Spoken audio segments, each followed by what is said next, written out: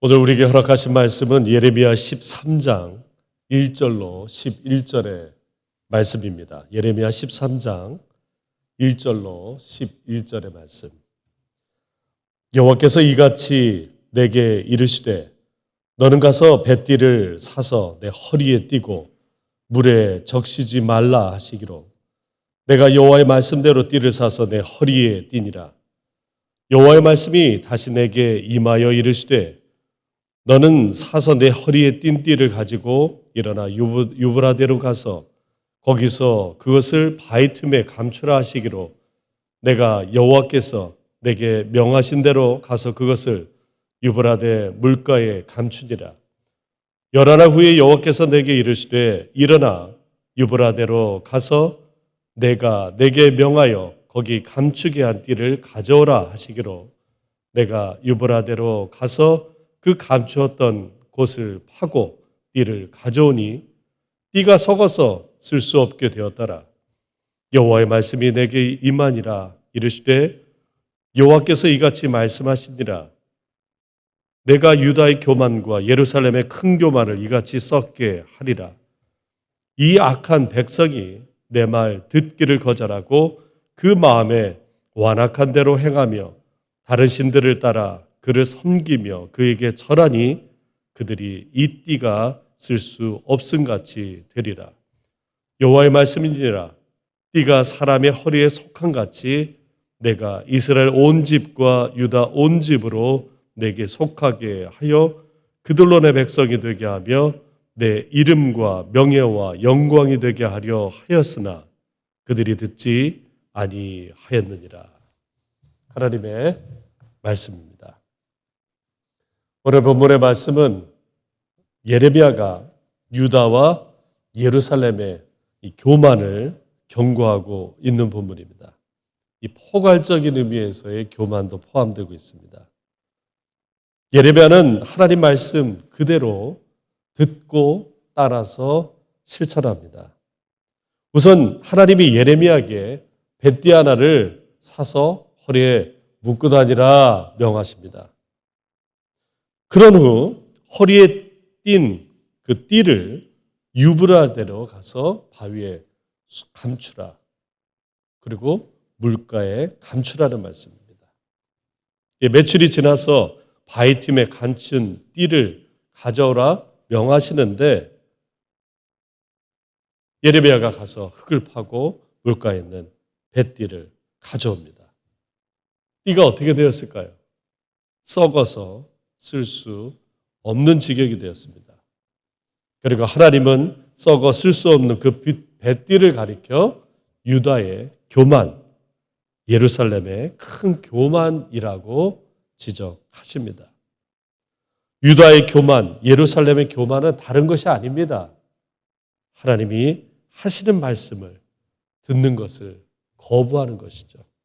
도무지 듣지 않는다라는 말씀입니다. 우리 10절과 11절을 읽습니다.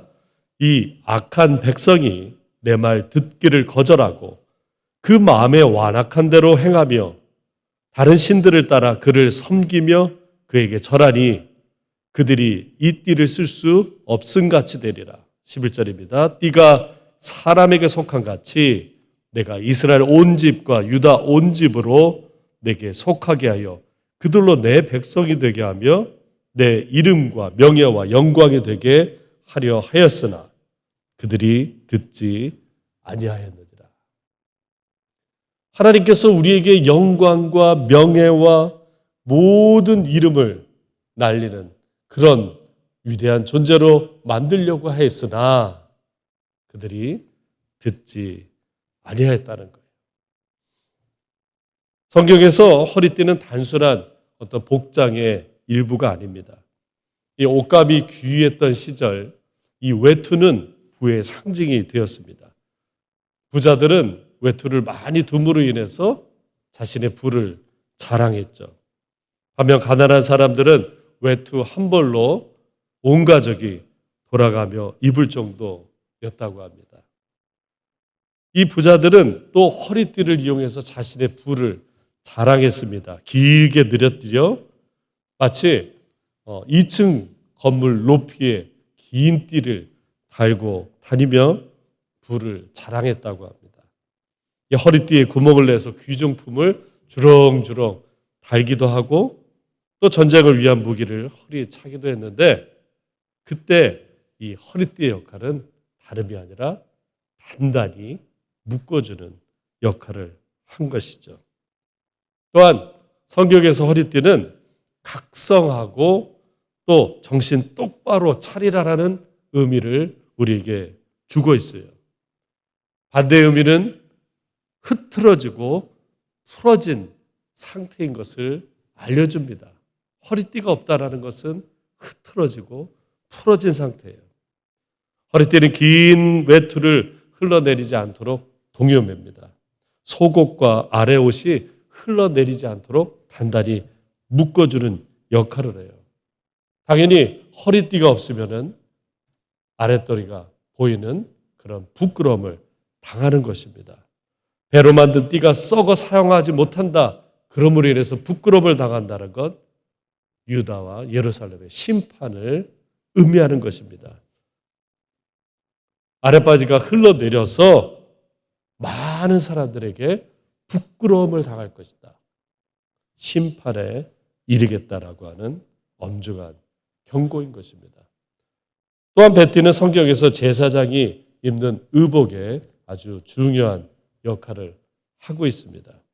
베띠는 제사장 의복의 일부이기 때문에 이 이스라엘과 바로 이 유다 백성들의 관계, 하나님과 유다 백성과의 관계를 잘 드러내는 상징입니다. 이스라엘과 하나님의 관계가 이 허리띠와 옷의 관계임을 보여주는 것이죠. 문제는 여기서 사용되는 이 교만, 히브리어에서는 높아지는 것, 고양되는 것을 뜻하는데 이 교만이 바로 허리띠 스스로를 높여서 옷보다도 더 자신이 드러나는 상태가 된다는 것이에요. 옷이 주된 그런 메인 캐릭터지 허리띠가 메인 캐릭터는 아닙니다. 교만이라 하면 자신이 으뜸이 되고자 하는 것이죠. 자기 자리를 망각하는 것입니다. 따라서 베띠가 교만과 무슨 관계인가를 생각해 보면 정신 차리게 하는 말씀을 무시했다라는 것이에요. 흐트러지고 각성하는 것을 방지하는, 각성하는 것을 알려주는 것을 무시했다라는 것입니다. 흐트러뜨린 것을 방지하는 그 장치를 썩고 없어지게 했던 것입니다. 이것이 바로 유다의 상태인 것이죠. 우리도 우리 신앙을 단단히 묶어주는 그런 또 흐트러지는 것을 방지하는 그런 장치들이 있습니다. 신학자 칼바르트는 하나님 말씀에 대한 이해를 세 가지로 합니다. 첫 번째, 기록된 하나님의 말씀, 성경을 가리킵니다. 또한 선포된 하나님의 말씀, 설교입니다. 그리고 마지막으로 계시된 하나님의 말씀, 곧 예수 그리스도를 가리킵니다. 이것이 흐트러지고 게을러진 상태에서 단단하게 묶어주는 역할을 합니다. 하나님의 말씀이 있는데 그것을 무시하고 게을리 듣는 것을 게을리한다면 그것이 교만입니다. 강단에서 선포된 하나님의 말씀이 있는데 그것을 무시하고 자신의 생각을 더 우선으로 하는 것, 그것이 교만입니다. 예수께서 나에게 말씀하시는데 그것을 외면하고 무시하고 게을리하는 것, 그것이 교만입니다. 남유다에 우시야 왕이 있었습니다. 16세 왕위에 오릅니다. 어린 나이에 왕위에 오르기 때문에 많은 사람들이 불안해했을 것입니다. 그러나 그는 왕위에 올라 아주 통치를 잘했습니다. 농사 목축에도 관심이 있어 백성들이 잘 먹고 살 수 있도록 도와줬습니다. 망대를 세워서 약탈자로부터 보호하는 아주 탁월한 일들을 했습니다. 그래서 백성들은 이 우시야 왕을 지지했고 신뢰했고 환호했습니다. 군사적인 면에서도 유명세를 떨쳤습니다. 유다를 지겹게 괴롭히던 블레셋을 물리쳤습니다. 잃어버린 땅을 찾고 또 여러 고을을 유다 땅으로 귀속시켰습니다. 명실상부한 팔레스타인의 강자로서 우뚝 서게 되었던 것이죠. 16세 왕위에 오른 그 어린 왕치고는 아주 대단한 성과를 거뒀어요. 그러나 성경은 그가 얻은 그런 모든 성과를 우시야 잘났다고 이야기하지 않습니다. 역대하 26장 7절에 하나님이 그를 도우사 블레셋 사람과 구르바알에 거주하는 아라비아 사람들과 마온 사람들을 치게 하신지라 말씀하고 있어요. 하나님이 그를 도우사. 역대하 37장 15절에는 또 예루살렘에 제주하는 사람들에게 무기를 고안하게 하여 망대와 성곽 위에 두어 화살과 큰 돌을 쏘고 던지게 하였으니 그의 이름이 멀리 퍼짐은 기이한 도우심을 얻어 강성하여집니다. 기이한 도우심을 얻어 강성하여집니다. 이 두 말씀에서 중요한 점은 하나님이 도우사 기이한 도우심을 얻어 우시야가 강성해졌다라고 말씀하는 것이에요. 하나님이 도우시고 그 기이한 도우심이 없었다면은 우시야의 그 성공도 백성들이 지지하는 그 왕권도 없었다는 것입니다. 그렇지만 우시야는 그 모든 영광을 자신의 능력으로 돌립니다. 성경은 이렇게 말합니다. 역대하 26장 16절에 그가 강성하여짐에 그의 마음이 교만하여 악을 행하여 그의 하나님 여호와께 범죄하되 곧 여호와의 성전에 들어가서 향단에 분향하려 한지라. 우시야는 하나님이 제정하신 것 그 이상의 것을 하려 했습니다. 레위지파 중 아론 자손 이외에 그 제사장 직분을 수행한 것은 하나님의 규례를 어긴 것입니다. 하나님이 정하신 그 법을 들으려 하지 않았습니다. 순종하지 않았습니다. 왕이라고 하고 싶은 것 다 할 수 없는 것입니다. 하나님이 도우셨기에 우시야가 왕으로서 성공했습니다. 하나님의 기이한 도우심이 있었기에 우시야가 외부의 적을 이기고 국내 경제사정도 좋아지고 이웃나라로부터 조공을 받아 넉넉하게 되었던 것이에요. 그러나 이 모든 공을 자기 자신에게 돌리게 되는 것, 그것이 바로 교만인 것이에요. 하나님이 우리 인생 가운데서 도우시고 그 기이한 능력으로 우리를 이끄셨기에 우리가 여기까지 온 것입니다. 이것이 우리의 힘과 우리의 능력과 우리의 계획으로 된 것이 아니라는 것이죠. 유다 백성들은 어떻습니까? 우상 숭배에 몰입하고 있었던 것입니다. 예레미야의 거듭된 지적에도 불구하고 움직이지도 못하고 생명도 주지 못하고 복도 주지 못하고 화도 주지 못하는 말도 못하는 우상에게 매여서 자신의 영혼을 파괴하는 행위를 거듭하는 것이요. 유다 백성들이 우상에 빠진 이유는 다른 것이 아닙니다. 들으려 하지 않았다라는 것이에요. 하나님의 말씀이 있음에도 불구하고 들으려 하지 않았다라는 것이에요. 예레미야 13장 15절에 말씀합니다. 너희는 들을지어다. 귀를 기울일지어다. 교만하지 말지어다. 여호와께서 말씀하셨습니다. 이것이 교만이라는 것이에요. 도무지 들으려 하지 않아요. 요즘은 어떻습니까? 우리가 유튜브만 틀어도 수만, 수십, 수백만의 말씀이 쏟아지고 있어요. 그러나 우리는 우리가 들으려 하는 것, 내가 좋아하는 것만 들으려고 하고 있지 않습니까? 선택받은 이스라엘이 교만하여 가증한 우상숭배에 빠진 두 번째 이유는 하나님의 은혜를 잊었어요. 예레미야 13장 25절에 말씀합니다. 여호와의 말씀이니라. 이는 내 몫이요 내가 헤아려 정하여 내게 준 분깃이니 내가 나를 잊어버리고 거짓을 신뢰한 까닭이니라. 나를 잊어버리고 거짓을 신뢰했다. 어느 남편이 아내와 출근을 해요. 차를 타고 한참 이제 직장을 가고 있는데 아내가 깜짝 놀라 소리를 지릅니다. 어머, 여보, 전기 다리미를 안 끄고 온 것 같아. 어떡해. 남편은 깜짝 놀라서 차를 돌려 집으로 갔어요.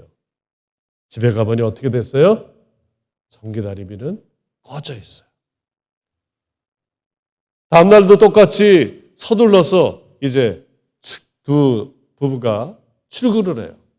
한참 차를 타고 가는데 그때 갑자기 또 아내가 어머 여보 큰일 났어. 어떡해. 전기 다리미를 안 끄고 온 것 같아. 짜증이 나지만 어떻게 해요. 위험할 수도 있으니 차를 돌려서 집에 갔어요. 어떻게 됐어요? 꺼져 있어요. 다리미가. 그리고 그 다음 날이었습니다. 출근해서 10분쯤 차를 타고 가는데 아내가 또 소리 지르. 아이고 여보 어떻게 미안해. 전기 다리미 또 안 끄고 온 것 같아. 그때 남편이 차를 갓길에 세우고 뒤에 트렁크를 열고 이렇게 얘기합니다. 자 여기 있다 다리미. 단순한 건망증의 문제가 아니에요. 하나님의 은혜를 잊고 살 때가 얼마나 많이 있어요. 저 얘기하는 거예요. 저 얘기. 하나님이 어마어마한 은혜를 부어줬음에도 불구하고 까먹고 잊어버리고 망각하고 어떨 때는 무시하면서 살 때가 얼마나 많습니까? 이스라엘 홍해를 건너 애굽으로부터 해방되는 어마어마한 구원의 역사를 경험했지만 금세 잊어버렸습니다. 광야에 모진 바람에도 불구하고 하나님께서 만나와 메추라기로 먹이셨음에도 불구하고 그 하나님의 은혜를 잊어버렸습니다. 초롱성 같은 여리고성을 무너뜨린 것 잊어버렸습니다. 가나안 땅 기업으로 받았음에도 불구하고 하나님의 은혜 잊어버리고 우상에게 생명 주지도 못하고 말도 못하고 그리고 아무런 일도 못하는 그 나무 토막에 자신의 영혼을 바치고 있는 유다 백성들. 변함없이 진 하나님의 말씀을 허리에 단단히 동여매고 세상이 주는 그 썩어빠진 그 진리를 썩게 하는 그 말씀을 우리는 단단하게 각성하고 다시 봐야 합니다. 우리를 느슨하게 만드는 것들, 좀먹게 하고 결국에는 정말 필요할 때 다 썩어져서 어떻게 할 수 없는 그런 상태가 되기 전 우리는 하나님 말씀에 다시 한번 귀 기울이며 우리 자신을 순종해야 될 줄 믿습니다. 이사야는 공의로 그 허리띠를 삼으며 성실로 몸의 띠를 삼으라고 말씀하고 있습니다. 사도 바울은 서서 진리로 너희 허리띠를 띠고 의의 흉배를 붙이라 말씀하고 있어요. 영적 전쟁에 임하는 천국 백성의 자세인 것입니다. 진리로 허리 단단히 묶고 하나님의 말씀을 가지고 우리가 영적 전쟁에 임해야 됩니다. 교만은 말씀을 닫게 합니다. 하나님의 말씀을 동요매는 그 마음을 느슨하게 만듭니다. 영적 전쟁은 선택이 아니라 필수인 것입니다. 우리 싸움은 혈과 육을 상대하는 싸움이 아닙니다. 악한 영의 권세야 우리를 짓누릅니다. 근신하고 깨어 기도해야 됩니다. 하나님의 말씀으로 단단히 동여매고 그 말씀 부여잡고 영적 전쟁에서 승리해야 될 줄 믿습니다. 마귀는 우는 사자같이 우리를 삼키려고 두루 다니며 찾아다니고 있습니다. 우리가 믿음을 굳게 해야 됩니다. 믿음으로 허리를 동이고 달려가야 됩니다. 말씀을 가지고 승리해야 됩니다. 대적해야 됩니다. 마지막 때 믿음으로 싸워 말씀으로 승리하는 저와 여러분 되시길 예수님 이름으로 축원합니다. 기도하겠습니다. 하나님 아버지 감사합니다. 세상은 우리를 누그러뜨리게 하고 풀어지게 하고 말씀을 듣지 못하게 하는 그런 세상 속에 살고 있습니다. 말씀을 들어도 그 말씀을 순종하지 않습니다. 하나님 우리를 용서하여 주시옵소서. 들은 말씀을 순종케 해주시고 실천하게 해주시고 그 말씀 가운데 어떤 어려움이 있을지라도 말씀을 실천하는데 불이익이 있을지라도 하나님 감사와 기쁨과 은혜 가운데 그 말씀을 따라 실천하게 하여 주시옵소서. 예수님의 이름으로 기도합니다.